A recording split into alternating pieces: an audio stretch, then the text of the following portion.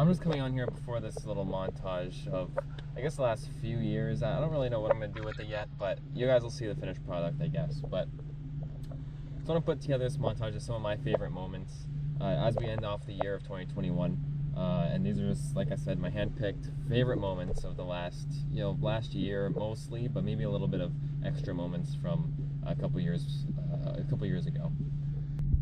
And I want to thank you guys for a great year. I know we've just hit 2,200 subscribers, so I know the last 365 days was pretty big, and there's a lot of things that have happened in the last year, especially with this with the Ranger here.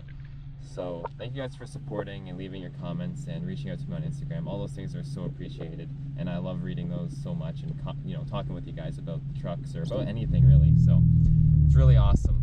Thank you guys again, and I'll talk to you guys later.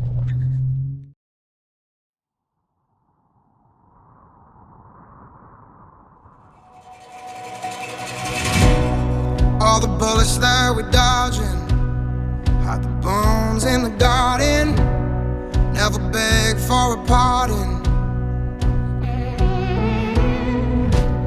Cash in before the house rules, never break on the ground rules. Got too high off our own fumes. We keep playing with fire.